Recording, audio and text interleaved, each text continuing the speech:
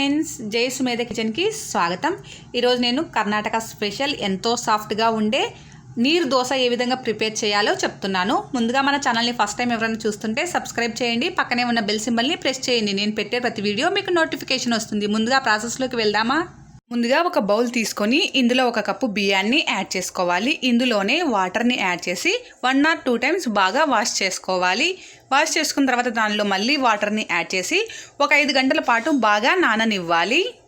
బాగా నానిన బియ్యాన్ని వాటర్ అంతా డ్రైన్ చేసుకొని ఇలా ఈ విధంగా ఒక మిక్సీ జార్లోకి యాడ్ చేసుకోవాలి.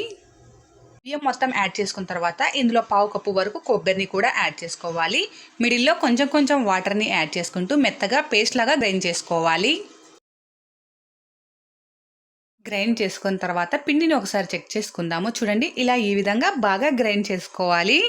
గ్రైండ్ చేసుకున్న బ్యాటర్ని ఇలా ఒక బౌల్లోకి మనం ట్రాన్స్ఫర్ చేసేసుకోవాలి. లోనే రుచికి సరిపడా సాల్ట్ని యాడ్ చేసుకోవాలి. 1 కప్పు వాటర్ని మనం ముందుగా గ్రైండ్ చేసుకున్న మిక్సీ జార్లోకి యాడ్ చేసుకొని అందులో కాస్త పిండి ఉంటుంది కదా, ఒకసారి మిక్స్ చేసుకొని ఆ వాటర్ని ఇందులో యాడ్ చేసుకోవాలి. వాటర్ని యాడ్ చేసిన తర్వాత బ్యాటర్ని ఒకసారి బాగా మిక్స్ చేసుకోవాలి. మిక్స్ చేసుకున్న తర్వాత కన్సిస్టెన్సీ ఈ విధంగా ఉండాలి.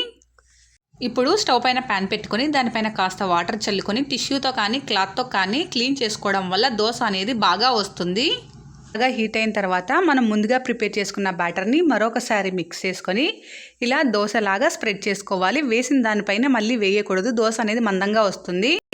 పిండిని స్ప్రెడ్ చేసుకున్న తర్వాత దీనిపైన క్యాప్ ఉంచేసుకుని ఒక 2 నిమిషాల పాటు కుక్ చేసుకోవాలి. దీనికి ఆయిల్ అవసరం లేదు. క్యాప్ ఓపెన్ చేసి చెక్ చేసుకోండి. దోశ కాలిందో లేదో ఒకసారి చెక్ చేసుకోండి.